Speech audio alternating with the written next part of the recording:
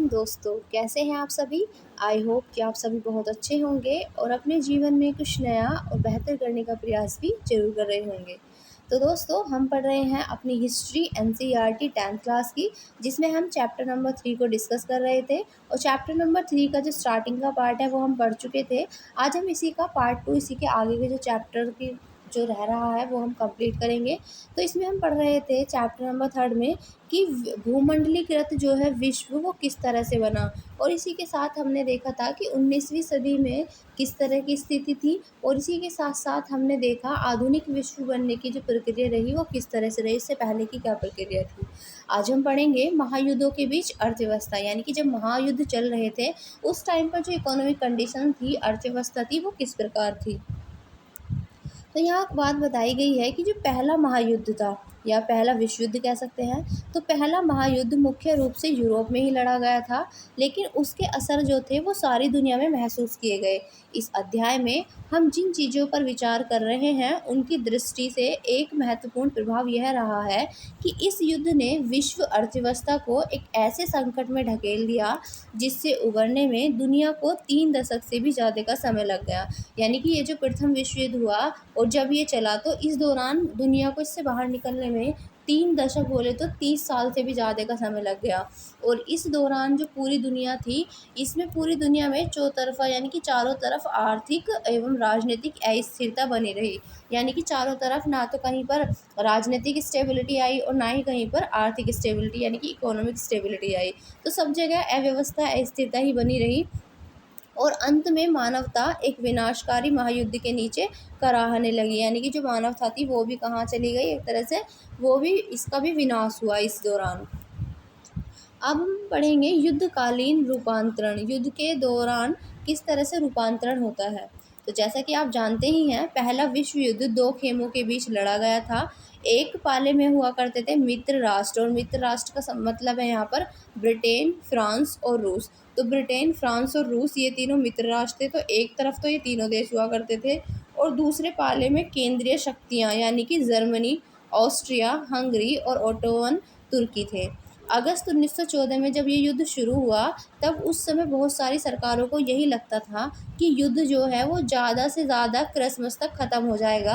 पर लेकिन देखते ही देखते यह जो युद्ध था वो 4 साल से भी ज़्यादा तक चलता रहा। यानी कि जब ये युद्ध स्टार्ट हुआ था तो लोगों को लगता था कि ज़्यादा से ज़्यादा भाई ये अगस्त में स्टार्ट हुआ है तो हो सकता है दिसंबर तक फिनिश हो जाए, क्रिसमस तक। लेकिन ये जो युद्ध था देखते ही देखते 4 साल से भी ज़्यादा तक का समय ले गया और 4 साल से लंबा यहाँ पर ये प्रथम विश्व युद्ध चलता है। तो मानव सभ्यता के इतिहास में ऐसा भीषण युद्ध पहले कभी नहीं हुआ था। यानी कि इस युद्ध से पहले ऐसा युद्ध कभी नहीं हुआ था। और इस युद्ध में दुनिया के सबसे अगुआ औद्योगिक राष्ट्र एक दूसरे से जूझ रहे थे और शत्रुओं को नेस्तनाबूद करने के लिए उनके पास बेहिसाब आधुनिक औद्योगिक शक्ति इकट्ठी हो चुकी थी। यानी कि जो राष्ट्र थे, औद्योगिक राष्ट्र थे, वो एक दूसरे से इसमें जूझ रहे थे, इस युद्ध में लड़ रहे थे और ये एक दूसरे को नष्ट करने पर आतुर थे। और क्योंकि उनके पास जो है इस टाइम तक आधुनिक औद्योगिक शक्ति जो थी वो इकट्ठा हो चुकी थी। यह पहले यह पहला आधुनिक औद्योगिक युग था। यानी कि ये जो टाइम पीरियड था ये पहला आधुनिक औद्योगिक युद्ध था। और इस युद्ध में मशीन गनों, टैंकों, हवाई जहाज़ों और रासायनिक हथियारों को का भयानक पैमाने पर इस्तेमाल किया गया। तो इस युद्ध में मशीन गनों का, टैंकर्स का, हवाई जहाज़ जो थे, इसी के साथ जो केमिकल से बने हुए जो हथियार थे, इनका एक बहुत ही ह्यूज लेवल पे क्या होता है, इनका यूज़ किया जाता है। और ये सभी चीज़ें आधुनिक विशाल उद्योगों की देन थी, क्योंकि जिस तरह से उद्योग इंडस्ट्री बढ़ती जा रही थी तो यहाँ पर इनसे इन चीज़ों का डेवलपमेंट होता जा रहा था। तो युद्ध के लिए दुनिया भर में असंख्य सिपाहियों की भर्ती की जानी थी और उन्हें विशाल जलपोतों व रेलगाड़ियों में भरकर युद्ध के मोर्चे पर ले जाया जाना था। यानी कि अलग अलग दुनिया के अलग अलग कोनों से यहाँ पर जो सिपाही भर्ती किए जा रहे थे उनको जलपोतों के द्वारा और उसी के साथ साथ रेलगाड़ियों के द्वारा उनको जहाँ पर युद्ध हो रहा था उस जगह पर लेके आया जा रहा था। फिर इस युद्ध ने मौत और विनाश की जैसी विभीषिका रची, उसकी औद्योगिक युग से पहले और औद्योगिक शक्ति के बिना कल्पना नहीं की जा सकती। यानी कि ये जो फिर हमने इसके बाद ही पूरा का पूरा जो पूरी स्ट्रक्चर देखी उसकी कल्पना भी शायद किसी ने नहीं की होगी, जो फिर बाद में रिजल्ट निकल के आता है। तो यहाँ पर इस युद्ध में 90 लाख से ज़्यादा लोग मारे गए और 2 करोड़ से ज़्यादा लोग यहाँ पर घायल हुए।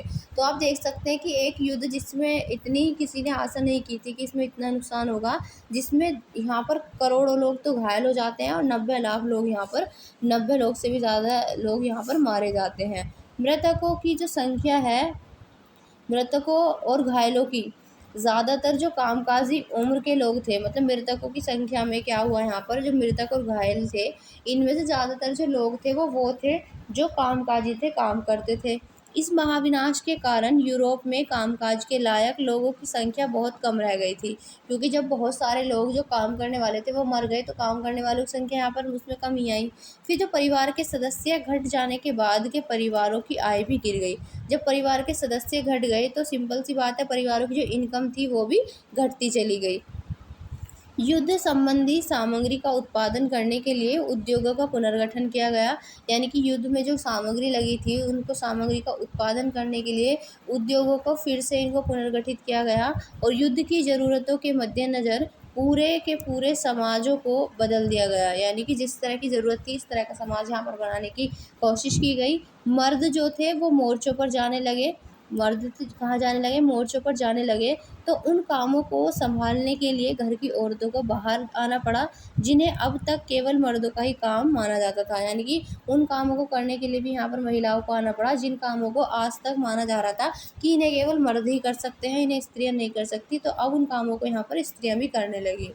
युद्ध के कारण दुनिया की कुछ जो सबसे शक्तिशाली आर्थिक ताकतें थी, इनके बीच जो आर्थिक संबंध थे वो टूट गए।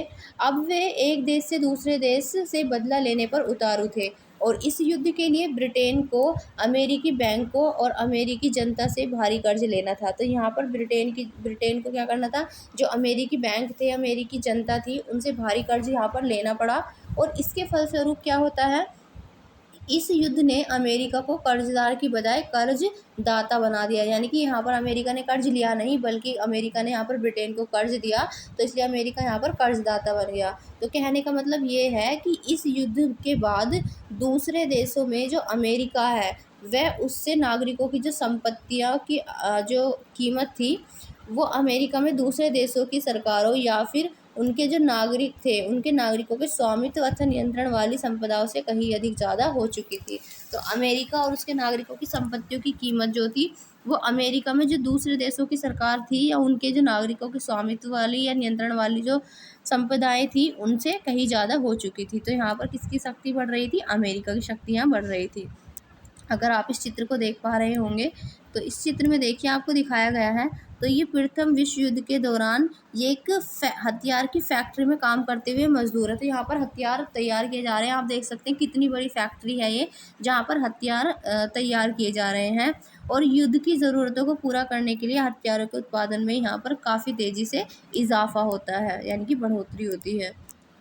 अब देखेंगे हम युद्धोत्तर सुधार, यानी कि युद्ध के बाद जो सुधार हुए उनके बारे में। तो युद्ध के बाद आर्थिक स्थिति को पटरी पर लाने का रास्ता जो था वो काफ़ी मुश्किल साबित हुआ। युद्ध से पहले ब्रिटेन दुनिया की सबसे बड़ी अर्थव्यवस्था था। तो युद्ध से पहले कौन था दुनिया की सबसे बड़ी अर्थव्यवस्था, ब्रिटेन था, लेकिन इस युद्ध में ब्रिटेन को अमेरिका से उधार लेना पड़ा था, तो अमेरिका यहाँ निकल के आएगा पावर में, लाइमलाइट में। तो युद्ध के बाद सबसे लंबा जो संकट था उसे ही झेलना पड़ा। जिस समय ब्रिटेन युद्ध से जूझ रहा था उस समय भारत और जापान में उद्योग विकसित होने लग गए थे, यानी कि इस टाइम पर जब ये दुनिया में ब्रिटेन जो है ये युद्ध से लड़ रहा था उस समय भारत और जापान जैसे जो देश थे ये अपना उद्योग इंडस्ट्री को ये डेवलप करने में लगे हुए थे। युद्ध के बाद भारतीय बाजार में पहली वाली वर्चस्व स्थिति प्राप्त करना ब्रिटेन के लिए बहुत मुश्किल हो गया था, यानी कि जो भारतीय बाजार में जो पहली स्थिति हुआ करती थी ब्रिटेन की, अब वो उसको वो स्थिति पाना बहुत मुश्किल हो गया था और अब उसे जापान से भी मुकाबला करना था। अलग मतलब एक तो भारत हो गया, दूसरा जापान से भी इसको अपनी कॉम्पिटिशन जो था उसको अपना पूरा रखना था। तो युद्ध के खर्चों की भरपाई करने के लिए ब्रिटेन ने अमेरिका से जमकर कर्जे लिए थे और इसका ये परिणाम हुआ कि इस युद्ध को ख़त्म होने तक ब्रिटेन भारी विदेशी कर्जों में दब चुका था। तो यहाँ पर इसको बहुत कर्जे लेने पड़े अमेरिका से, जिसकी वजह से ब्रिटेन जो है यहाँ पर काफ़ी भारी कर्जों में दब जाता है।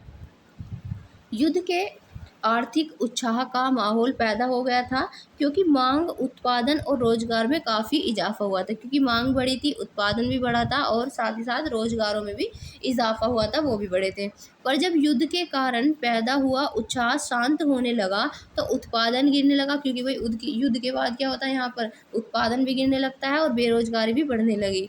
दूसरी ओर सरकार ने भारी भरकम युद्ध संबंधी व्यय में कटौती भी शुरू कर दी। यानी कि दूसरी ओर ये सरकार क्या करती है, जो भारी भरकम युद्ध संबंधी जो व्यय हुए थे, जो खर्चे हुए थे, उनमें भी इसने क्या करना शुरू कर दिया, कटौती करनी शुरू कर दी, ताकि जो शांतिकालीन कर हैं उनके सहारे ही उनकी भरपाई की जा सके।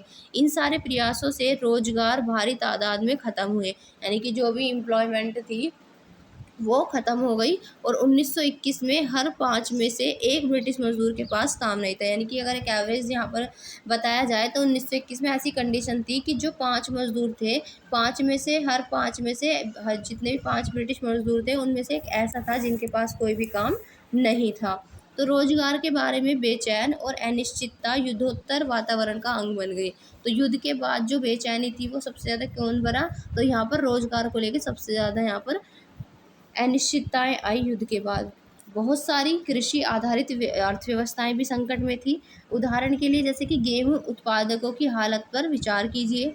युद्ध से पहले पूर्वी यूरोप जो था वो विश्व बाजार में गेहूं आपूर्ति करने वाला एक बड़ा केंद्र था। तो सबसे बड़ा केंद्र यहाँ पर जो निकल के आ रहा था यूरोप के अंदर, वो पूर्वी यूरोप वाला विश्व बाजार था जो गेहूं की पूर्ति करता था, उसका एक बड़ा केंद्र के रूप में सामने आया था। तो युद्ध के दौरान यह आपूर्ति जो थी वो अस्त व्यस्त हुई। तो कनाडा, अमेरिका और ऑस्ट्रेलिया में गेहूं की पैदावार थी वो अचानक बढ़ने लगी। लेकिन जैसे ही युद्ध समाप्त हुआ, पूर्वी यूरोप में गेहूं की पैदावार सुधरने लगती है। यानी कि युद्ध समाप्ति के बाद जो पूर्वी यूरोप था इसमें गेहूं की जो पैदावार थी वो अब फिर से सही होने लगती है एक तरीके से और बढ़ने लगती है। विश्व बाजारों में गेहूं की अति हालात पैदा हो गए, यानी कि पूरे विश्व के बाज़ारों में गेहूं की अति के हालात पैदा हो गए और अनाज की कीमतें गिर गई। क्योंकि जब गेहूं ज़्यादा हुआ तो सिंपल सी बात है कीमतें गिर जाएंगी। तो यहाँ पर जब कीमत इनकी गिरी, क्योंकि अनाज होता बहुत ज़्यादा संख्या में पैदा हुआ, मतलब बहुत ज़्यादा एक बड़े लेवल पे यहाँ पर पैदा किया जाता है अनाज को, और जिससे कि उसकी कीमतें गिर गई और ग्रामीण आय कम हो गई। तो आय कम होगी, जब यहाँ पर अनाज की कीमतें गिर जाएंगी तो इनकम कम हो गई और किसान जो थे वो गहरे कर्ज संकट में फंस गए। तो यहाँ पर कर्जे में फंस जाते हैं फिर किसान। अब देखेंगे हम बड़े पैमाने पर उत्पादन और उपभोग कि कितने बड़े पैमाने पर यहाँ पर उत्पादन होता है चीज़ों का और कितना यहाँ पर उपभोग होता है, कितना लोग इसे कंज्यूम करते हैं। तो यहाँ पर अमेरिका में सुधार की जो गति थी वो तेज़ हो रही थी। ये हम पहले ही देख चुके हैं कि युद्ध से अमेरिका की अर्थव्यवस्था को कितना फ़ायदा पहुँचा था, क्योंकि भाई ब्रिटेन जैसी कंट्री, उसको भी यहाँ से क्या लेना पड़ा था, अमेरिका से कर्ज लेना पड़ा था। तो सिंपल सी बात है, जब ये कर्ज देगा तो यहाँ पर अर्थव्यवस्था किसकी आएगी फ़ायदे में, तो अमेरिका की। तो युद्ध के बाद कुछ समय के लिए तो अमेरिकी अर्थव्यवस्था को भी झटका लगा, लेकिन 20 के दशक की शुरुआती सालों से ही अमेरिकी अर्थव्यवस्था तेज़ी से तरक्की के रास्ते पर बढ़ने लगी। तो 20 के दशक के शुरुआती सालों से ही यहाँ पर अमेरिका तेज़ी की ओर जो है उनकी अर्थव्यवस्था वो बढ़ने लगती है। 1920 के दशक की अमेरिकी अर्थव्यवस्था की एक बड़ी खासियत थी बृहत उत्पादन, यानी कि मास प्रोडक्शन का चलन। बृहत उत्पादन की ओर बढ़ने का सिलसिला तो 19वीं सदी के आखिर में ही शुरू हो चुका था, लेकिन 1920 के दशक में तो यह अमेरिकी औद्योगिक उत्पादन की विशेषता ही बन गया। यानी कि ये सिलसिला हालांकि 19वीं सदी थी उसके लास्ट से स्टार्टिंग हो जाती है इसकी, लेकिन 1920 के दशक के बाद क्या होता है, अमेरिका की एक विशेषता ही बन गई औद्योगिक उत्पादन की। फिर कार निर्माता जो यहाँ पर हेनरी फोर्ड हैं, बृहत उत्पादन के विख्यात प्रणेता थे। तो जो कार बनाने वाले थे हेनरी फोर्ड, ये क्या थे, बहुत ही बड़े लेवल पर ये विख्यात थे। और उन्होंने शिकागो के एक बूचड़खाने की असेंबली लाइन की तर्ज पर डेट्रॉइट के अपने कार कारखाने में भी आधुनिक असेंबली लाइन स्थापित की थी। तो शिकागो में बूचड़खाना जो था उसी की असेंबली लाइन में इन्होंने क्या किया था, उसी की तर्ज पर इन्होंने डेट्रॉइट के अपने कार कारखाने में भी आधुनिक असेंबली लाइन स्थापित कर ली थी। तो इसी के साथ ही यहाँ जो शिकागो के जो बूचड़खाने थे, शिकागो के बूचड़खाने में मरे हुए जानवरों को एक अन्य कन्वेयर बेल्ट पर रख दिया जाता था और उसके दूसरे सिरे पर मांस विक्रेता अपने हिस्से का मांस उठाकर कर निकलते जाते थे। मतलब यहाँ से मांस उठाया और मांस उठाने के बाद ये क्या करते थे, मांस उठाकर निकलते जाते थे। और यह देखकर जो फोर्ड को ये लगा कि गाड़ियों के उत्पादन के लिए भी असेंबली लाइन का जो तरीका है वो समय और पैसे दोनों के लिहाज से किफ़ायती साबित हो सकता है। इसीलिए असेंबली लाइन पर मज़दूरों को एक ही काम, जैसे कि कार के किसी खास पुर्जे को ही लगाते रहना, मशीनी ढंग से बार बार करते रहना होता था। और काम की रफ्तार इस बात से तय होती थी कि जो कन्वेयर बेल्ट है वो किस रफ्तार से चल रही थी। इस बात से यहाँ पर क्या तय होता था, तो काम की रफ्तार, कि काम किस रफ्तार से किया जा रहा है। तो कन्वेयर बेल्ट में किस रफ्तार से चलती थी, यह काम की गति बढ़ाकर प्रत्येक मजदूर की उत्पादकता बढ़ाने वाला तरीका था। कन्वेयर बेल्ट के साथ खड़े होने के बाद जो मजदूर थे वो अपना काम ढील करने, तो ये क्या करते थे यहाँ पर, तो कन्वेयर बेल्ट के साथ यहाँ पर खड़े होने के बाद जो कोई मजदूर थे वो अपना काम करने में ढील करने या कुछ पल के लिए भी अवकाश लेने का जोखिम नहीं उठा सकते थे। यानी कि वो अपने काम में बिल्कुल भी ढील नहीं करते थे और ना ही वो छुट्टी लेते थे। और तो और इस व्यवस्था में मौजूद अपने साथियों के साथ बातचीत भी नहीं कर सकते थे। और इसका नतीजा ये हुआ कि हेनरी फोर्ड के कारखाने की असेंबली लाइन से ही हर 3 मिनट में एक कार तैयार होकर निकलने लगी। यानी कि हर एक क्योंकि यहाँ पर इनको टाइम ही नहीं मिलता था, ये काम ही करते रहते थे, तो हर 3 मिनट में एक कार यहाँ पर रेडी होकर निकलने लगी। इससे पहले की पद्धतियों के मुकाबले में यह रफ्तार जो थी वो कई गुना थी। टी मॉडल नामक कार बृहत उत्पादन पद्धति से बनी पहली कार थी।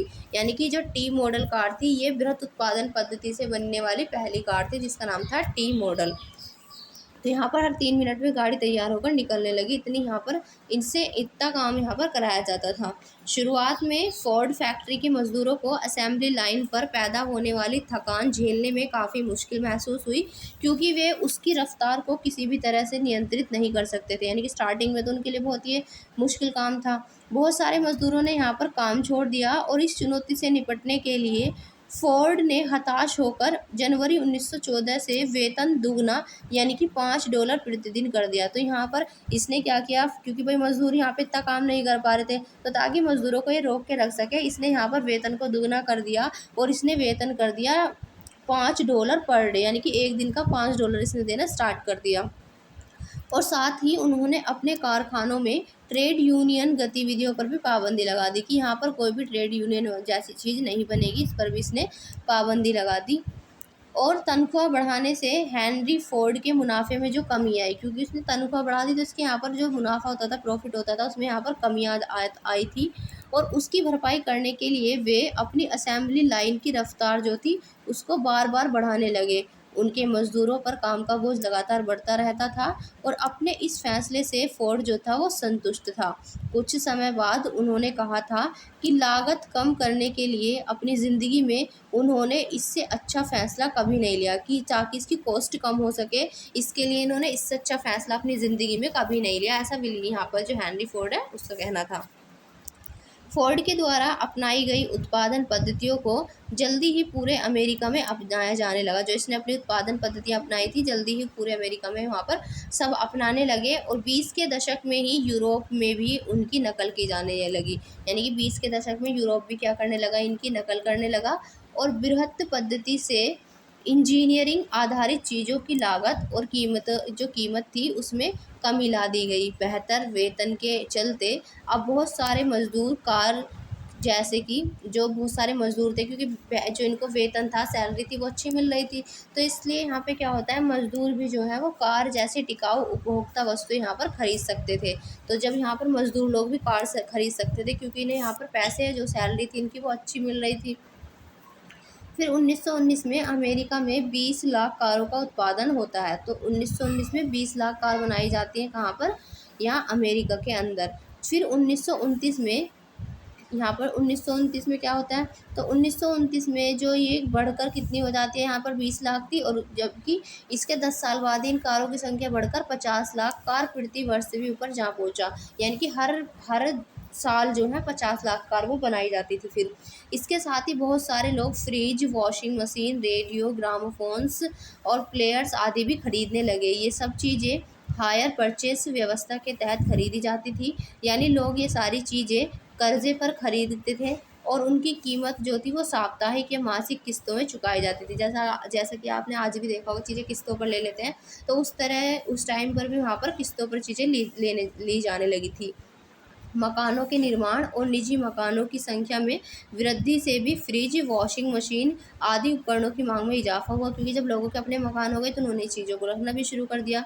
उल्लेखनीय है कि घरों का निर्माण भी खारिद जो घरों का निर्माण था या खरीदारी थी वो भी कर्जे पर ही की जा रही थी, यानी कर्जा लेते थे और फिर उसकी भी किस्त चुकाते थे और घर लेते थे। फिर 1920 के दशक में आवास एवं निर्माण क्षेत्र में आए उछाल से अमेरिकी संपन्नता का आधार पैदा हो चुका था। मकानों के निर्माण और घरेलू ज़रूरत की चीज़ों में निवेश से रोजगार और मांग बढ़ती थी।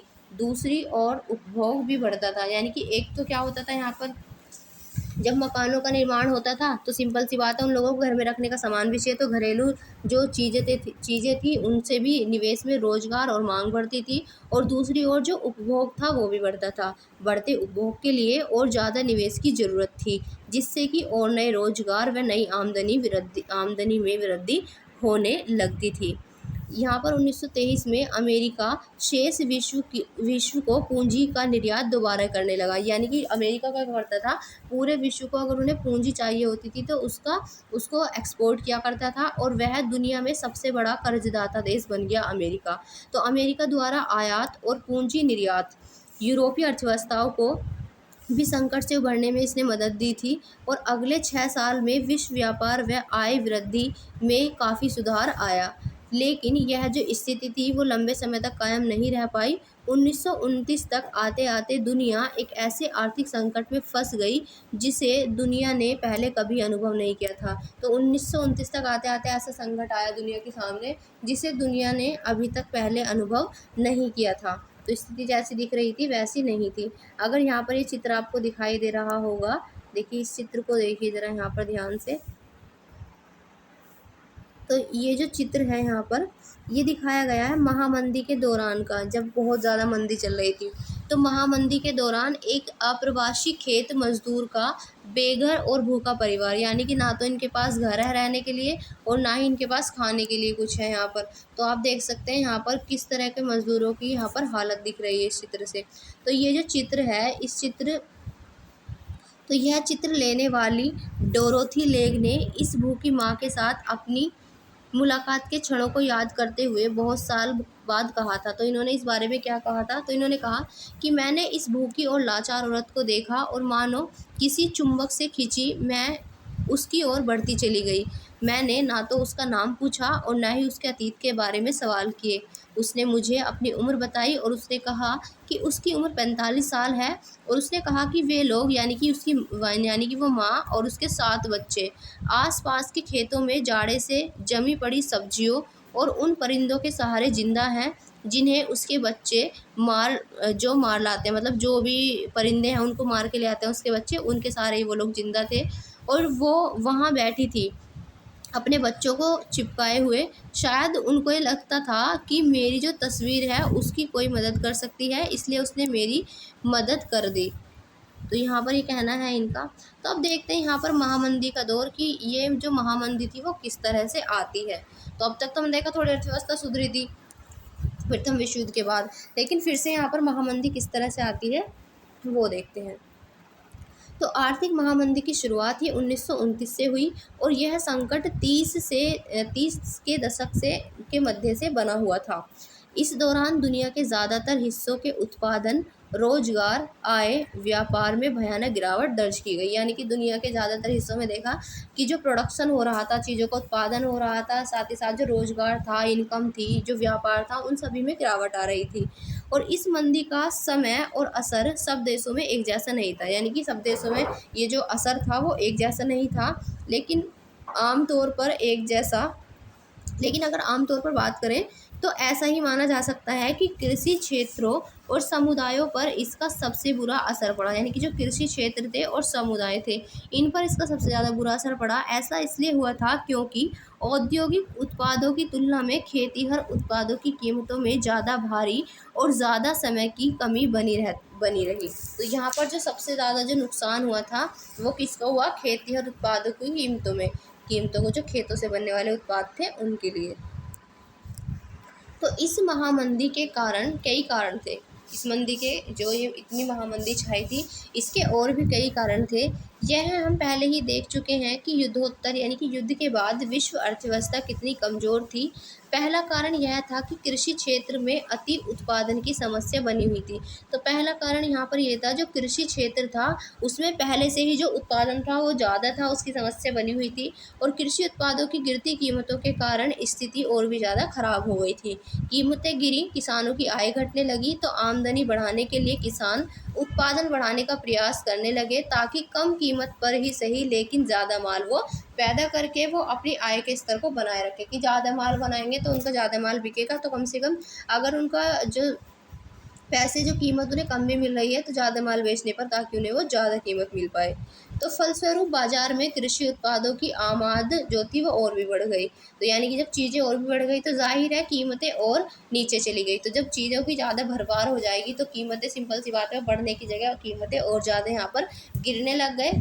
और खरीदारों के अभाव में कृषि उपज पड़ी पड़ी सड़ने लगी। यानी कि खरीदार तो थे नहीं, फसलें ज़्यादा हो रही थी, तो यहाँ पर जो कृषि से बनने वाले प्रोडक्ट थे वो पड़े पड़े सड़ने लग गए।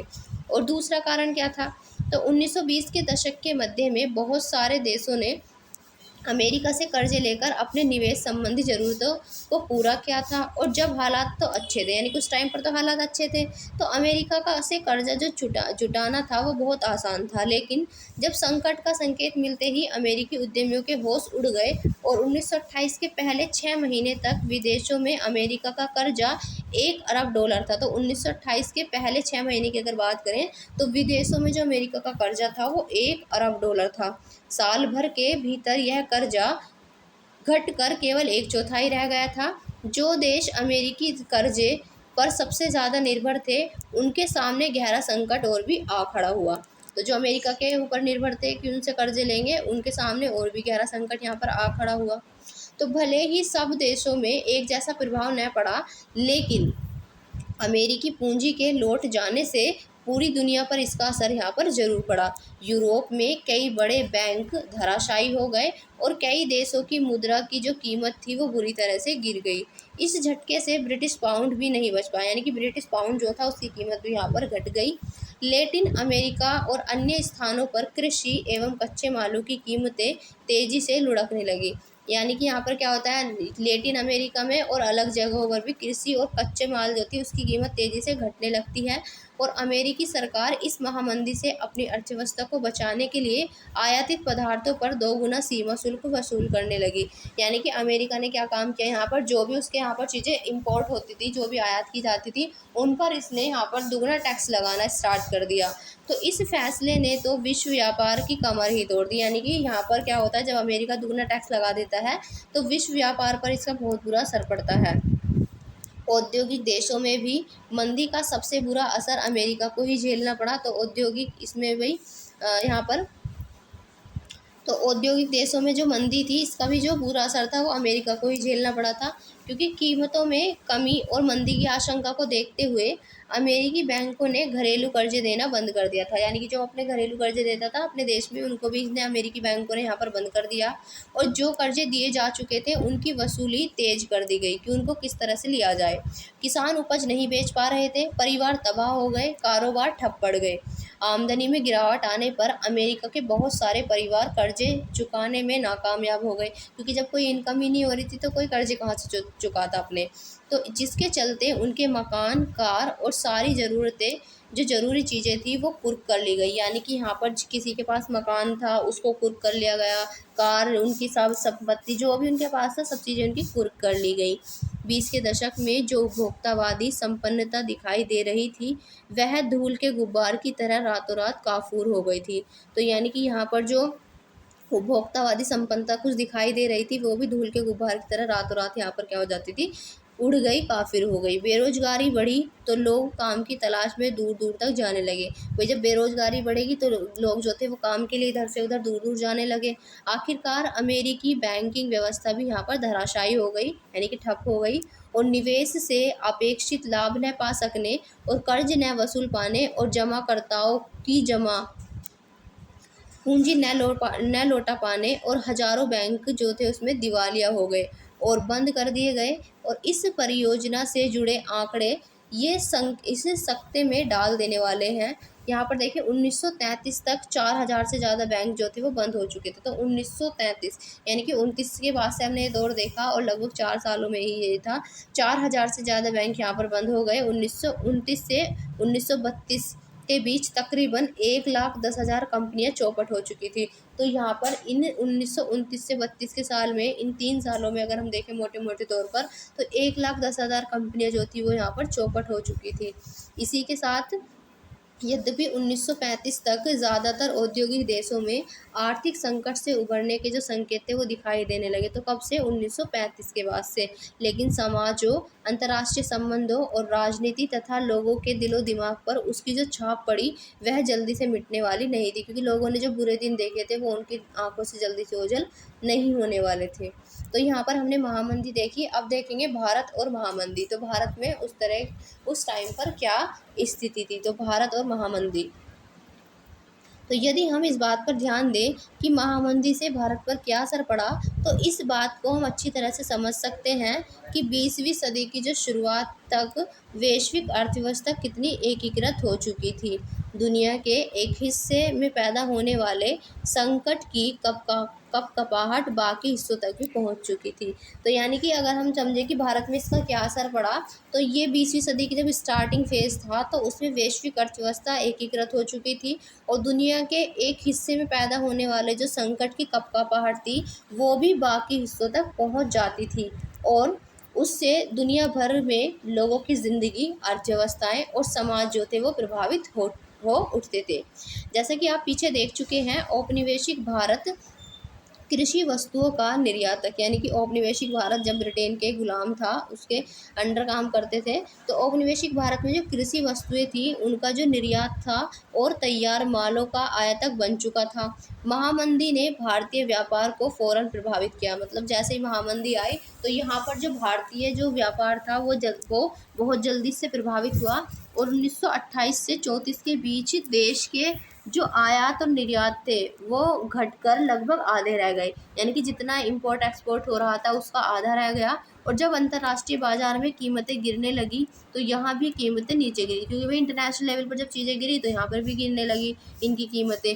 और 1928 से 34 के बीच भारत में गेहूँ की कीमत 50% तक गिर गई। तो भारत के अंदर गेहूँ की कीमत जितनी थी उसकी 50% रह गई। शहरी निवासियों के मुकाबले किसानों और काश्तकारों को ज़्यादा नुकसान हुआ। यद्यपि कृषि उत्पादों की कीमतें तेज़ी से नीचे गिरी, लेकिन सरकार ने लगान वसूली में छूट देने से साफ इनकार कर दिया। देखिए कृषि प्रोडक्ट की कीमत तो यहाँ पर नीचे गिरी, लेकिन जो सरकार थी वो इतनी निर्दयी थी कि उसने क्या किया, यहाँ पर जो लगान वसूलती थी उसमें इन्हें छूट देने से साफ इनकार कर दिया। इसमें कि कोई छूट नहीं दी जाएगी लगान वसूल करने में। तो सबसे बुरी मार उन काश्तकारों को पड़ी थी जो विश्व बाजार के लिए उपज पैदा करते थे, यानी कि जो वर्ल्ड लेवल पर भी चीज़ों को बेचते थे अपनी चीज़ों को, उनको यहाँ पर सबसे ज़्यादा मार पड़ी। बंगाल के जूट पटसन उत्पादों को ही देखिए, वे कच्चा पटसन उगाते थे जिससे कारखानों में टाट की बोरियां बनाई जाती थी। तो बंगाल में क्या होता था, जूट या पटसन की खेती होती थी। तो यहाँ पर क्या होता था, कच्चा जो पटसन था उससे टाट की बोरियां बनाई जाती थी और जब टाट का निर्यात बंद हो गया तो कच्चे पटसन की कीमतों में 60% से भी ज़्यादा की गिरावट आ गई। जिन काश्तकारों ने दिन फिरने की उम्मीद में या बेहतर आमदनी के लिए उपज बढ़ाने के वास्ते यहाँ पर कर्जे लिए थे, अब उनकी हालत भी उपज का सही मोल न मिल पाने के कारण खराब थी। वे दिनों दिन और कर्जे में डूबते जा रहे थे और इस विपत्ति को ध्यान में रखकर बंगाल के एक कवि ने लिखा था। तो बंगाल के कवि ने यहाँ पर क्या कहा था, सुनते हैं। तो उन्होंने कहा कि चलो भाइयों, नगद की उम्मीद में और ज़्यादा पटसन तुम उगाओ, लागत और कर्जे में पिसकर नाउमीदी पाओ, सारी पूंजी लगा फंसा कर फसल खड़ी कर जाओ और घर पर बैठ बनिए देंगे 5 रुपये मन भाव। यानी कि आप इतनी महंगे कर्जे ले रहे हो, कर्जे ले लेकर आप इतनी ज़्यादा फसल उगा रहे हैं, लेकिन यहाँ पर जो बनिए होंगे वो 5 रुपये के भाव में इनको आपसे ले जाएंगे। तो यहाँ पर कहना था इस कवि का। तो यहाँ पर पूरे देश में जो काश्तकार थे वो पहले से भी ज़्यादा कर्जे में डूब गए थे। खर्चे पूरे करने के चक्कर में उनकी बचत जो थी वो भी ख़त्म हो चुकी थी। ज़मीन सूदखोरों के पास गिरवी पड़ी थी और घर में जो भी गहने और जेवर थे वो सब बिक चुके थे। मंदी के इन्हीं सालों में भारत कीमती धातुओं खासतौर से सोने का निर्यात करने लगा। तो यहाँ पर इन मंदी के टाइम में जो भारत था वो यहाँ पर सोने का निर्यात करने लगा, यानी कि सोने का एक्सपोर्ट करने लगा। और प्रसिद्ध अर्थशास्त्री कीन्स जो थे, इनका मानना था कि भारतीय सोने के निर्यात से वैश्विक अर्थव्यवस्था को पुनर्जीवित करने में काफ़ी मदद मिली थी। और इस निर्यात ने ब्रिटेन की आर्थिक दशा सुधारने में तो निश्चित ही मदद की थी, लेकिन भारतीय किसानों को कोई भी लाभ नहीं हुआ। यानी कि इस निर्यात से जो हमने गोल्ड का एक्सपोर्ट स्टार्ट किया, इससे ब्रिटेन की जो इकोनॉमिक कंडीशन थी वो तो सुधरी निश्चित तौर पर ही, लेकिन जो भारत की कंडीशन थी, जो भारत के किसानों की कंडीशन थी, उसको कोई इससे लाभ नहीं हुआ। 1931 में मंदी अपने चरम पर थी और ग्रामीण भारत असंतोष व उथल पुथल के दौर से गुजर रहा था। यानी कि ग्रामीण भारत, जो गाँव के इलाके थे भारत के अंदर, वो वहाँ पर बाहरी असंतोष फैला हुआ था। और उसी समस्त महात्मा गांधी ने सविनय अवज्ञा यानी कि सिविल नाफरमानी आंदोलन शुरू किया था। तो इसी दौरान गांधी जी ने यहाँ पर सविनय अवज्ञा आंदोलन को शुरू किया था। यह मंदी शहरी भारत के लिए इतनी दुखदाई नहीं रही। कीमतें गिरते जाने के बावजूद शहरों में रहने वाले ऐसे लोगों की हालत ठीक रही जिनकी आय निश्चित थी, यानी कि जिनकी इनकम फिक्स थी, भाई उनके लिए तो कोई मुश्किल थी नहीं।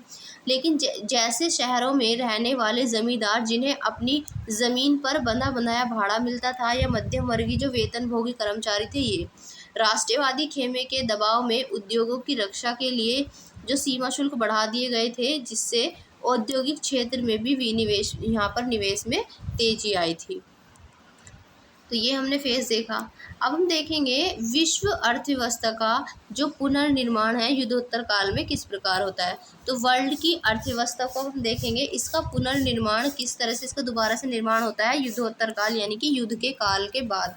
तो जब युद्ध समाप्त हो जाता है उसके बाद विश्व अर्थव्यवस्था किस तरह से यहाँ पर निकल कर आती है। तो पहला विश्व युद्ध खत्म होने के केवल 2 दशक बाद दूसरा विश्व युद्ध यहाँ पर शुरू हुआ। तो जैसे ही पहला विश्व युद्ध खत्म हुआ, उसके ही 2 दशक यानी कि 20 सालों के बाद यहाँ पर दूसरा विश्व युद्ध शुरू हो जाता है। और ये जो दूसरा युद्ध है, ये भी 2 बड़े खेमों के बीच ही था। एक गुट में तो धुरी शक्तियाँ, जिसमें मुख्य रूप से नाज़ी जर्मनी, जापान और इटली थी, जबकि जो दूसरा खेमा था वो मित्र राष्ट्रों ब्रिटेन, सोवियत संघ, फ्रांस और अमेरिका के नाम से जाना जाता था। तो इसमें भी 2 खेमे थे। ये 6 साल तक चला और यह युद्ध ज़मीन, हवा, पानी में असंख्य मोर्चों पर लड़ा गया। यानी कि ये जो युद्ध था, पहले वाला तो 4 साल से ज़्यादा चला था, प्रथम विश्व युद्ध, लेकिन द्वितीय विश्व युद्ध ये 6 साल तक चला। और इसी के साथ साथ ये ज़मीन में और हवा में और पानी में, ये अलग अलग जगह पर लड़ा गया, अलग अलग मोर्चों पर लड़ा गया, हवा में भी, ज़मीन में भी और पानी में भी। इस युद्ध में मौत और तबाही की कोई हद बाकी नहीं बची थी। यानी कि इसमें इतनी ज़्यादा तबाही हुई, इतनी ज़्यादा मौतें हुई कि इसकी कोई हद ही नहीं है। माना जाता है कि इस जंग के कारण प्रत्यक्ष या अप्रत्यक्ष रूप से करीब 6 करोड़ लोग मारे गए। 6 करोड़ लोग। तो आप देख सकते हैं द्वितीय विश्व युद्ध में 6 करोड़ लोग मारे गए, जबकि हमने देखा था 90 लाख लोग मारे गए थे प्रथम विश्व युद्ध में। और द्वितीय विश्व युद्ध में कितने मारे गए? 6 करोड़ लोग मारे गए। और 1939 की वैश्विक जनसंख्या का लगभग 3% था। तो ये जो आंकड़ा था, ये उस टाइम जो 1939 में जो जनसंख्या थी उसका 3% लोग यहाँ पर मारे गए थे, और करोड़ों की संख्या में ही लोग यहाँ पर घायल हुए थे द्वितीय विश्व युद्ध में। अब तक युद्धों में मोर्चे पर मरने वालों की संख्या ज़्यादा होती थी, यानी कि अब तक के युद्ध जो थे इनमें मोर्चों पर मरने वालों की संख्या ज़्यादा होती थी। और इस युद्ध में ऐसे लोग ज़्यादा मरे जो किसी मोर्चे पर लड़ नहीं रहे थे। यूरोप और एशिया के विशाल भूभाग तबाह हो गए। कई शहर हवाई बमबारी या लगातार गोलाबारी के कारण मिट्टी में मिल गए। यानी कि इतनी ज़्यादा बमबारी हो रही थी कि बहुत सारे लोग जो थे उस गोलाबारी के कारण ही मिट्टी में मिल गए। और इस युद्ध ने बेहिसाब आर्थिक और सामाजिक तबाही को भी जन्म दिया। ऐसे हालात में पुनर्निर्माण का काम कठिन और लंबा साबित होने वाला था, क्योंकि जब इतनी बुरी हालत हो गई, इतनी बुरी तरीके से युद्ध लड़ा जा रहा था, तो पुनर्निर्माण करना ये बहुत ही एक लंबा भी काम हुआ और बहुत ही कठिन काम भी हुआ। तो युद्धोत्तर काल में युद्धोत्तर मतलब युद्ध के बाद का काल। तो युद्धोत्तर काल में पुनर्निर्माण का काम दो बड़े प्रभावों के साये में आगे बढ़ा। पश्चिमी विश्व में अमेरिका आर्थिक, राजनीतिक और सैनिक दृष्टि से एक वर्चस्वशाली ताकत बन चुका था और दूसरी ओर सोवियत संघ भी एक वर्चस्वशाली शक्ति के रूप में सामने आया। नाज़ी जर्मनी को हराने के लिए सोवियत संघ की जनता ने भारी कुर्बानियां दी थी और जिस समय पूंजीवाद दुनिया के महामंदी से जूझ रही थी, यानी कि जो पूंजीवाद कैपिटलिज्म था, जब ये महामंदी से जूझ रहा था, तो उसी दौरान जो सोवियत संघ के लोगों ने अपने देश को एक पिछड़े खेतीहर देश की जगह एक विश्व शक्ति की हैसियत पे ला खड़ा किया। तो इस दौरान यहाँ पर रूस निकल के, यानी कि रूस जिसको पहले सोवियत संघ कहा जाता था, ये यहाँ पर एक विश्व शक्ति की हैसियत के रूप में अपने आप को खेतीहर देश के रूप में लाकर खड़ा करता है। यहाँ पर अगर आप ये चित्र देख पा रहे हैं तो ये चित्र दिखाया गया है, ये रूस पर हमला करते हुए जर्मन टुकड़ियाँ हैं। ये जुलाई 1941 पर रूस पर हिटलर का हमला और युद्ध में एक निर्णायक महत्व की घटना थी। तो यहाँ पर आप देख सकते हैं ये रूस पर हमला करती हुई जर्मनी की टुकड़ियाँ किस तरह से यहाँ पर ये हमला कर रही हैं। इसी तरह से इस चित्र में दिखाया गया है सोवियत रूस में युद्ध से तबाह स्टालिनग्राद। तो स्टालिनग्राद यहाँ किस तरह से आप देख सकते हैं तबाह हो चुका है युद्ध में। तो हम देखते हैं युद्धोत्तर बंदोबस्त, यानी कि युद्ध के बाद जो बंदोबस्त थे वो, और ब्रिटेन वुड्स संस्थान। तो यहाँ पर दो महायुद्धों के बीच मिले आर्थिक अनुभवों से अर्थशास्त्रियों और राजनीतिज्ञों ने दो अहम सबक निकाले। यानी कि जब ये दो महायुद्ध हो गए तो इसके बाद जो अर्थशास्त्री थे, राजनीतिज्ञ थे, पॉलिटिशियंस थे, इकोनॉमिस्ट थे, तो इन्होंने यहाँ पर दो क्या अहम सबक निकाले। इन्होंने पहला बताया कि बृहत उत्पादन पर आधारित किसी औद्योगिक समाज को व्यापक उपभोग के बिना कायम नहीं रखा जा सकता। यानी कि अगर बृहत उत्पादन पर आधारित किसी भी औद्योगिक समाज को एक व्यापक उपभोग के बिना, यानी कि अगर एक बड़े लेवल पर किसी उसका उपभोग नहीं करेगा कोई, तो इस चीज़ का भी कोई फ़ायदा नहीं है। तो उपभोग के बिना इसको कायम यहाँ पर नहीं रखा जा सकता, लेकिन व्यापक उपभोग को बनाए रखने के लिए ये आवश्यक था कि आमदनी काफ़ी ज़्यादा और स्थिर हो। भाई जब आमदनी ज़्यादा होगी तभी तो लोग इन चीज़ों को खरीद पाएंगे। यदि रोजगार अस्थिर होंगे तो आय स्थिर नहीं हो सकती। भाई जब रोजगार नहीं होंगे तो आय कहाँ से होगी फिर लोगों के पास। तो यहाँ पर स्थिर आय के लिए पूर्ण रोजगार भी ज़रूरी है। यानी कि अगर स्थिर आय होगी तो पहले तो रोजगार होना चाहिए, तो यानी कि स्थिर आय के लिए यहाँ पर रोजगार भी ज़रूरी था। लेकिन बाजार पूर्ण रोजगार की गारंटी नहीं दे सकता और कीमत, उपज और रोजगार में आने वाले उतार चढ़ावों को नियंत्रित करने के लिए सरकार का दखल जरूरी था। आर्थिक जो स्थिरता थी वो केवल सरकारी हस्तक्षेप के जरिए ही सुनिश्चित की जा सकती थी, क्योंकि जब सरकार इसमें हस्तक्षेप करेगी तभी यहाँ पर इकोनॉमिक जो स्टेबिलिटी है वो आ सकती थी। अब दूसरा सबक क्या था? तो दूसरा सबक बाहरी दुनिया के साथ आर्थिक संबंधों के बारे में था। पूर्ण रोजगार का लक्ष्य केवल तभी हासिल किया जा सकता है जब सरकार के पास वस्तुओं, पूंजी और श्रम की आवाजाही को नियंत्रित करने की ताकत उपलब्ध हो। यानी कि अगर सरकार के पास अपने यहाँ पर वस्तुएं, यहाँ पर पूंजी और श्रम की आवाजाही को नियंत्रित करने की ताकत उपलब्ध होगी तो यहाँ पर आर्थिक सुधार भी, आर्थिक संबंध होंगे बाहरी दुनिया के साथ, तभी यहाँ पर पूर्ण रोजगार का लक्ष्य जो है वो हासिल कर सकते हैं। संक्षेप में अगर हम देखें तो युद्धोत्तर अंतर्राष्ट्रीय आर्थिक व्यवस्था का मुख्य उद्देश्य यह था कि औद्योगिक विश्व में आर्थिक स्थिरता एवं पूर्ण रोजगार बनाए रखा जाए। यानी कि विश्व में एक तो आर्थिक स्थिरता हो और पूरी तरह से सबको रोजगार मिले, ये इनको बनाए रखना एक इनका मेन उद्देश्य था। और इस फ्रेमवर्क पर जुलाई 1944 में अमेरिका स्थित न्यू हैम्पशर के ब्रिटेन वुड्स नामक स्थान पर संयुक्त राष्ट्र मौद्रिक एवं वित्तीय सम्मेलन में सहमति बनी। तो यहाँ पर इनमें क्या बनती है? सहमति बनती है।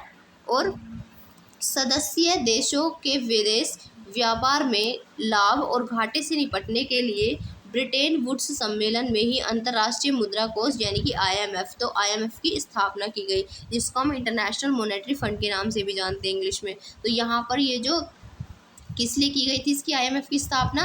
ताकि जो सदस्य देश हैं उनके विदेश व्यापार में जो भी उनका घाटा और लाभ हो रहा है इससे निपटने के लिए यहाँ पर ब्रिटेन वुड्स सम्मेलन में ही यहाँ पर IMF की स्थापना की गई। और युद्धोत्तर निर्माण यानी कि युद्ध के बाद निर्माण के लिए पैसे का इंतजाम करने के वास्ते अंतर्राष्ट्रीय पुनर्निर्माण एवं विकास बैंक, जिसे आज हम आम बोलचाल की भाषा में विश्व बैंक कहते हैं, इसका गठन किया जाता है। तो IMF और यहाँ पर इसी के साथ वर्ल्ड बैंक, ये दोनों इन दोनों की स्थापना एक साथ की जाती है। इसी वजह से IMF यानी कि इंटरनेशनल मॉनेटरी फंड और विश्व बैंक, इनको ब्रिटेन वुड्स संस्थान या फिर ब्रिटेन वुड्स ट्विन या ब्रिटेन वुड्स की जुड़वा संतान भी कहा जाता है। तो ब्रिटेन वुड्स की जुड़वा संतान भी किसको कहा जाता है? वर्ल्ड बैंक को और IMF को। और इसी आधार पर युद्धोत्तर यानी कि युद्ध के बाद अंतर्राष्ट्रीय आर्थिक व्यवस्था को अक्सर ब्रिटेन वुड्स व्यवस्था भी कहा जाता है। तो इसको क्या कहा जाता है? ब्रिटेन वुड्स व्यवस्था भी कहा जाता है। इसी के साथ अगर हम बात करें तो यहाँ पर जो विश्व बैंक था, विश्व बैंक और IMF ने 1947 में औपचारिक रूप से काम करना शुरू किया। तो यहाँ पर औपचारिक रूप से ये 1947 में काम करना शुरू करता है IMF और वर्ल्ड बैंक। और इन संस्थानों की निर्णय प्रक्रिया पर पश्चिमी औद्योगिक देशों का नियंत्रण रहता है। अमेरिका विश्व बैंक और IMF के किसी भी फैसले को वीटो कर सकता है। तो यहाँ पर वीटो की शक्ति किसके पास होती है? तो यहाँ पर अमेरिका के पास वीटो की शक्ति होती है। वीटो का मतलब क्या होता है? तो वीटो का मतलब होता है निषेधाधिकार यानी कि मना करने का अधिकार। इस अधिकार के सहारे एक ही सदस्य की असहमति किसी प्रस्ताव को खारिज करने का आधार बन जाती है। यानी कि अगर अमेरिका ने कह दिया कि नहीं ये नहीं होगा, तो इसका मतलब ये नहीं होगा। तो यानी कि वीटो का मतलब है इसका निषेधाधिकार की शक्ति, मना करने की शक्ति। तो यहाँ पर अमेरिका के पास यहाँ पर वीटो की शक्ति थी। तो इसी तरह यहाँ पर अंतर्राष्ट्रीय मुद्रा व्यवस्था, अर्थव्यवस्था, जो यहाँ पर अंतर्राष्ट्रीय मौद्रिक व्यवस्था राष्ट्रीय मुद्राओं और मौद्रिक व्यवस्थाओं को दूसरे से जोड़ने वाली व्यवस्था, यानी कि अंतर्राष्ट्रीय मौद्रिक जो व्यवस्था है ये राष्ट्रीय मुद्रा जो होती है उसको और मौद्रिक व्यवस्था जो होती है इनको एक दूसरे से जोड़ने वाली ये व्यवस्था है अंतर्राष्ट्रीय मौद्रिक व्यवस्था। ब्रिटेन वुड्स व्यवस्था निश्चित विनियमन दरों पर, यानी कि जो ब्रिटेन वुड्स व्यवस्था है ये निश्चित विनियमन दरों पर आधारित होती है, यानी कि यहाँ पर फिक्स होती हैं विनियमन की दरें। और इस व्यवस्था में राष्ट्रीय मुद्राएं जैसे कि भारतीय मुद्रा, रुपया, डॉलर के साथ एक निश्चित विनियमन दर से बंधा हुआ था। $1 के बदले में कितने रुपए देने होंगे ये स्थिर रहता था, यानी कि $1 की कीमत कितने रुपए से होगी तो ये यहाँ पर फिक्स रहता था। डॉलर का जो मूल्य था वो भी सोने से बंधा हुआ था। $1 की कीमत 35 औंस सोने के बराबर निर्धारित की गई थी। तो $1 की कीमत सोने से कितने सोने? तो 35 औंस सोने के बराबर निर्धारित की गई थी। यहाँ पर अगर आप ये चित्र देख पा रहे हैं तो ये यहाँ पर ये चित्र है, देखिए ये चित्र है यहाँ पर ब्रिटेन वुड्स अमेरिका स्थित माउंट वॉशिंगटन होटल का। तो ये वही स्थान है जहाँ पर ब्रिटेन वुड्स का ऐतिहासिक सम्मेलन आयोजित किया गया था। तो ब्रिटेन वुड्स का जो सम्मेलन था वो इसी में हुआ था। ब्रिटेन वुड्स अमेरिका में स्थित है, ये माउंट वॉशिंगटन होटल इसी के अंदर हुआ था। यहीं पर IMF और वर्ल्ड बैंक का जन्म हुआ था। अब हम देखते हैं प्रारंभिक युद्धोत्तर वर्ष, यानी कि युद्ध के युद्ध के बाद जो प्रारंभिक वर्ष रहे थे उनके बारे में। तो यहाँ पर ब्रिटेन वुड्स व्यवस्था ने पश्चिमी औद्योगिक राष्ट्रों और जापान के लिए व्यापार तथा आय में वृद्धि का एक अप्रतिम युग का सूत्रपात किया था। 1950 से 70 के बीच विश्व व्यापार की दर विकास यहाँ पर जो विकास था यहाँ पर जो विश्व व्यापार के विकास की दर थी वो सालाना 8% से भी ज़्यादा रही। यानी कि 1950 से 70 के बीच का जो टाइम था यहाँ पर जो विश्व व्यापार की जो दर थी वो 8% से भी ज़्यादा रही। इस दौरान वैश्विक आय में लगभग 5% की वृद्धि हो रही थी। यानी कि इस दौरान क्या हो रहा था, जो आय थी उसमें 5% की वृद्धि हो रही थी और विकास दर भी कमोबेश स्थिर हो रही थी। यानी कि जो विकास की दर थी वो भी क्या थी, यहाँ पर स्थिर होती जा रही थी, उसमें ज़्यादा उतार चढ़ाव नहीं आए। और इस दौरान ज़्यादातर समय अधिकांश औद्योगिक देशों में बेरोजगारी औसतन 5% से भी कम रही। तो यहाँ पर बेरोजगारी जो थी वो घटती जा रही थी। और इन दशकों में तकनीक और उद्यम का विश्वव्यापी प्रसार भी हुआ। तो यहाँ पर टेक्नोलॉजी भी बढ़ती है और इसी के साथ साथ यहाँ पर जो विकासशील देश और विकसित औद्योगिक देशों के बराबर यहाँ पर पहुंचने की जी तोड़ यहाँ पर जो विकासशील देश थे वो चाहते थे कि वो भी विकसित देशों की दौड़ में आ पाए। तो उनकी विकसित देशों यानी कि विकसित जो औद्योगिक देश थे उनके बराबर पहुंचने की जो जी तोड़ कोशिश वो कर रहे थे। इसलिए उन्होंने आधुनिक तकनीक से चलने वाले संयंत्रों और उपकरणों के आयात पर बेहिसाब पूंजी का निवेश कर दिया। तो यहाँ पर वो क्या करते थे, यहाँ पर इम्पोर्ट करते थे उन चीज़ों को जो कि आधुनिक तकनीक से बनने वाले जो यंत्र थे, उपकरण थे, उनको इन्होंने यहाँ पर मंगवाना स्टार्ट कर दिया, उनके लिए एक बड़ी पूंजी निवेश की। अब देखते हैं औपनिवेशीकरण और यहाँ पर स्वतंत्रता। तो दूसरा विश्व युद्ध खत्म होने के बाद भी दुनिया का एक बहुत बड़ा भाग यूरोपीय औपनिवेशिक शासन के अधीन था। अगले 2 दशकों में एशिया और अफ्रीका के ज़्यादातर उपनिवेश स्वतंत्र स्वाधीन राष्ट्र बन चुके थे, लेकिन ये सभी देश गरीबी व संसाधन की कमी से जूझ रहे थे। उनकी अर्थव्यवस्थाएं और समाज लंबे समय तक चले औपनिवेशिक शासन के कारण अस्त व्यस्त हो चुके थे, क्योंकि लंबे टाइम से वो औपनिवेशिक थे और इन लोगों ने इनका बहुत ही तरह से शोषण किया था। तो यहाँ पर ये लोग, यहाँ पर जो इनकी व्यवस्था थी वो पूरी अस्त व्यस्त हो चुकी थी। तो यहाँ पर IMF जो था और वर्ल्ड बैंक, इनका गठन तो औद्योगिक देशों की ज़रूरतों को पूरा करने के लिए ही किया गया था। और ये संस्थान भूतपूर्व उपनिवेशों में गरीबी की समस्या और विकास की कमी से निपटने में दक्ष नहीं थे। यानी कि ये जो संस्थान थे पहले, ये गरीबी की समस्या और विकास की कमी से निपटने में दक्ष नहीं थे। लेकिन जिस प्रकार यूरोप और जापान ने अपनी अर्थव्यवस्थाओं का पुनर्गठन किया था, उसके कारण ये देश IMF और वर्ल्ड बैंक पर बहुत निर्भर भी नहीं थे। इसी कारण 50 के दशक के आखिरी सालों में आकर ब्रिटेन वुड्स संस्थान विकासशील देशों पर भी पहले से ज़्यादा ध्यान देने लगे थे। यानी कि यहाँ पर क्या होता है, इसी जो 50 का दशक था, इसके आखिरी सालों में आकर ही ब्रिटेन वुड्स संस्थान जो थे, ये विकासशील देशों पर भी पहले से ज़्यादा यहाँ पर ध्यान देना इन्होंने शुरू कर दिया। तो यहाँ पर दुनिया के जो अल्पविकसित भाग थे, दुनिया के अल्पविकसित भाग उपनिवेशों के रूप में पश्चिमी साम्राज्यों के अधीन रहे थे। और विडंबना ये थी कि नव स्वाधीन राष्ट्रों के रूप में अपनी जनता को गरीबी और पिछड़ेपन की गर्त से बाहर निकालने के लिए उन्हें ऐसे ही अंतर्राष्ट्रीय संस्थानों की मदद लेनी पड़ी जिन पर भूतपूर्व औपनिवेशिक शक्तियों का ही वर्चस्व था। यानी कि जिन पर पहले से ही क्या था, जो औपनिवेशिक शक्तियाँ थी वो उनका वर्चस्व था उन पर ही।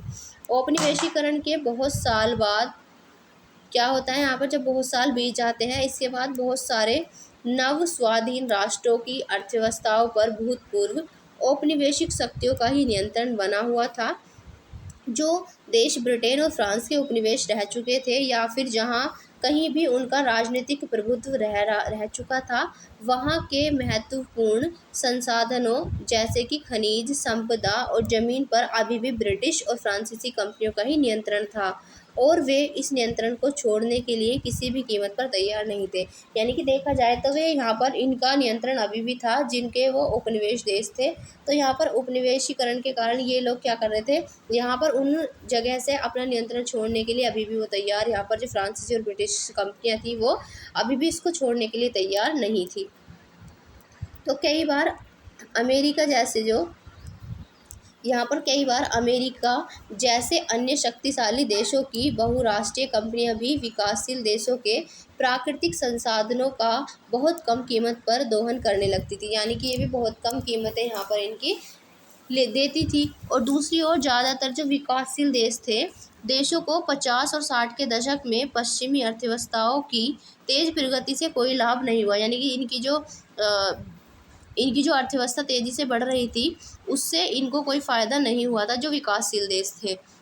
इस समस्या को देखते हुए उन्होंने एक नई अंतर्राष्ट्रीय प्रणाली, न्यू इंटरनेशनल इकोनॉमिक ऑर्डर यानी कि NIEO के लिए यहाँ पर आवाज़ उठाई और समूह 77 यानी कि G77 के रूप में संगठित हो गए।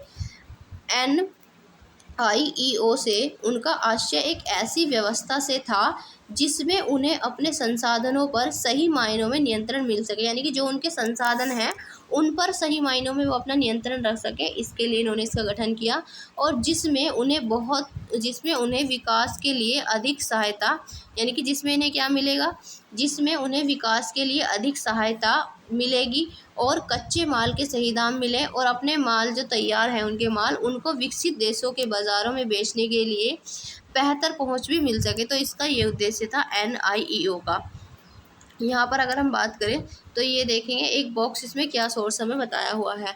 तो यहाँ बताया गया है कि एक साथ बहुत सारे देशों में व्यवसाय करने वाली कंपनियों को बहुराष्ट्रीय निगम यानी कि मल्टीनेशनल कॉरपोरेशन या एमएनसी या फिर बहुराष्ट्रीय कंपनी कहा जाता था, जो एक साथ बहुत सारे देशों में व्यवसाय करते थे।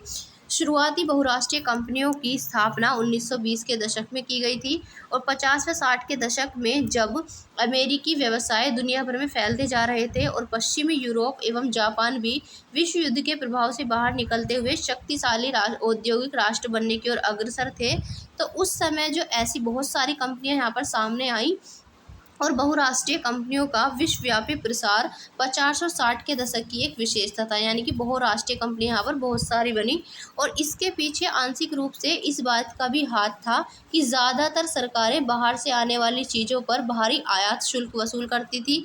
यानी कि जो बाहर से प्रोडक्ट आते थे उन पर आयात शुल्क बहुत ज़्यादा लगाया जाता था, जिसके कारण जो बड़ी कंपनियां थी उनको अपने संयंत्र उन्हीं देशों में लगाने पड़ते थे जहां वे अपने उत्पाद बेचना चाहती थी और उन्हें घरेलू उत्पादकों के रूप में काम भी वहाँ पर करना पड़ता था।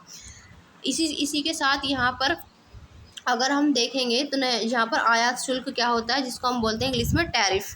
तो टैरिफ जो होता है ये किसी दूसरे देश से आने वाली चीज़ों पर वसूल किया जाने वाला शुल्क होता है। यह कर या शुल्क उस जगह लिया जाता है जहाँ से वह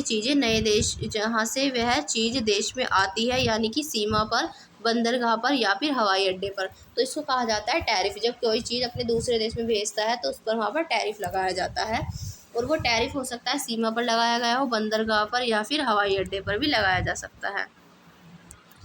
इसी के साथ हम देखेंगे अब यहाँ पर ब्रिटेन वुड्स का समापन और वैश्वीकरण की शुरुआत की। ये जो ब्रिटेन वुड्स है इसका समापन किस तरह से होता है और किस तरह से फिर यहाँ पर वैश्वीकरण की शुरुआत होती है। तो सालों की स्थिर और तेज वृद्धि के बावजूद युद्धोत्तर दुनिया में सब कुछ सही नहीं चल रहा था। यानी कि हमने देखा कि सालों की स्थिर और तेज वृद्धि यहाँ चल रही थी, लेकिन इसके बावजूद भी युद्ध के बाद दुनिया में सब कुछ सही नहीं चल रहा था। 60 के दशक से ही विदेशों में अपनी गतिविधियों की भारी लागत ने अमेरिका की वित्तीय और प्रतिस्पर्धी क्षमता को कमज़ोर कर दिया था। अमेरिकी डॉलर अब दुनिया की प्रधान मुद्रा के रूप में पहले जितना सम्मानित और निर्विवाद नहीं रह गया था। सोने की तुलना में डॉलर की कीमत गिरने लगी, यानी कि सोने की कीमत बढ़ने लगी और डॉलर की कीमत यहाँ पर गिरने लगी।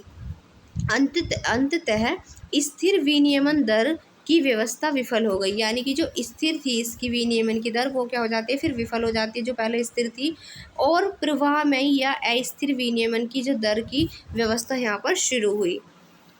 70 के दशक के मध्य से अंतर्राष्ट्रीय वित्तीय संस्थानों में भारी बदलाव आ चुके थे। यानी कि 70s के दशक के बाद क्या हुआ था, यहाँ पर अंतर्राष्ट्रीय जो वित्तीय संस्थान थे उनमें भी भारी बदलाव आ चुके थे।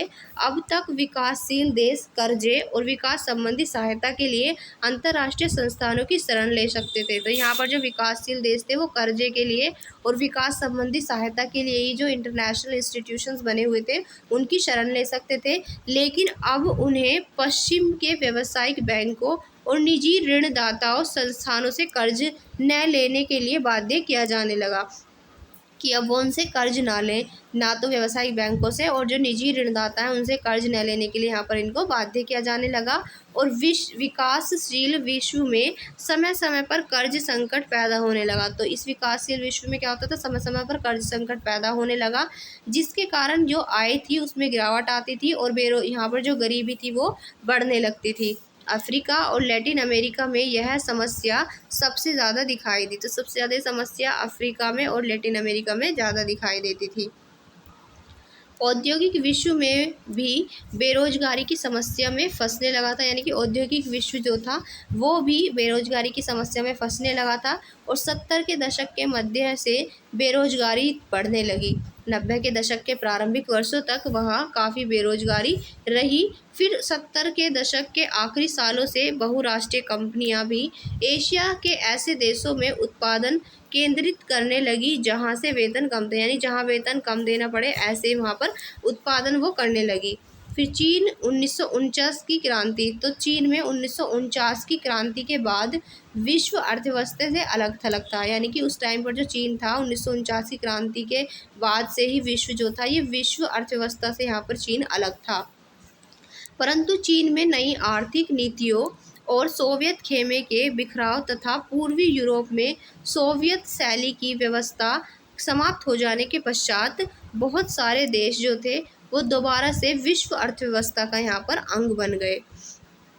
चीन जैसे देशों में वेतन तुलनात्मक रूप से कम थे, यानी कि जो चीन था वहाँ पर जो वेतन थे वो तुलनात्मक रूप से कम थे।